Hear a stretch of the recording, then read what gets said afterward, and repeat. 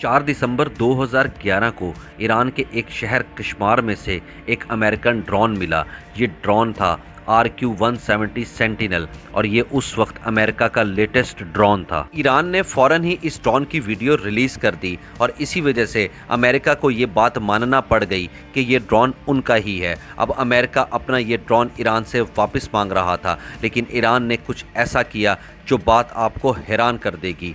Iran ने फ़ौरन ही इस ड्रोन को स्टडी करना शुरू कर दिया। उन्होंने इसके ऊपर इतनी ज़्यादा रिसर्च की कि उन्होंने इस जैसे सेम 3 ड्रोन बना लिए। एक ड्रोन का नाम इन्होंने शाहिद 171 रखा और ये बिल्कुल अमेरिका के उस ड्रोन की एग्जैक्ट कॉपी था।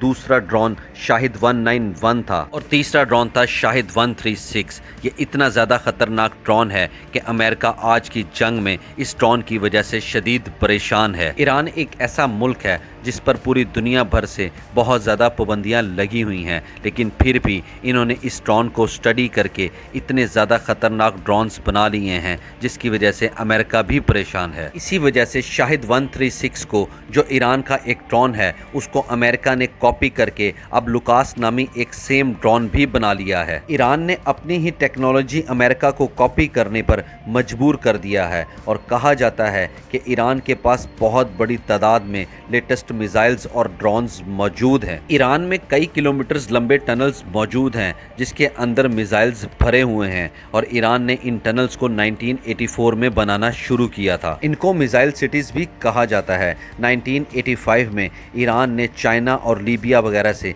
टेक्नोलॉजी को इम्प्रूव करने के लिए मदद भी मांगी थी। 1987 में भी नॉर्थ कोरिया ने ईरान को बैलिस्टिक मिसाइल्स बेचे थे, यानी कि ईरान इस जंग की तैयारी पहले से ही करके बैठा हुआ था। अब अमेरिका ईरान के इन टनल्स को निशाना बनाने की कोशिश कर रहा है और कहा जाता है कि इनकी कई लोकेशंस अमेरिका जानता भी है। ईरान के ये टनल्स पहाड़ों में मौजूद हैं और इन टनल्स को निशाना बनाना इतनी आसान बात नहीं है और वैसे भी ईरान ऑटोमेटेड सिस्टम्स यूज़ करता है। इन मिसाइल्स को किसी भी वक्त कहीं पर भी मूव करवाया जा सकता है और इसका पता भी नहीं चलता और ईरान के पास ऐसे कितने टनल्स हैं इसके बारे में भी कोई नहीं जानता। एक बात यहाँ पर बहुत ज़्यादा इम्पॉर्टेंट है, अगर ईरान इन ड्रोन्स और मिसाइल को बनाता है तो इसको वो बहुत ज़्यादा कम कीमत पर कॉस्ट करते हैं। जैसा कि एक ड्रोन इनको 20 से 30 हज़ार डॉलर में कॉस्ट करता है। 1 लाख से 5 लाख डॉलर में इनको एक मिसाइल कॉस्ट करता है। अगर आप अब इसका कंपैरिजन अमेरिका से करें, अमेरिका इन मिसाइल्स को रोकने के लिए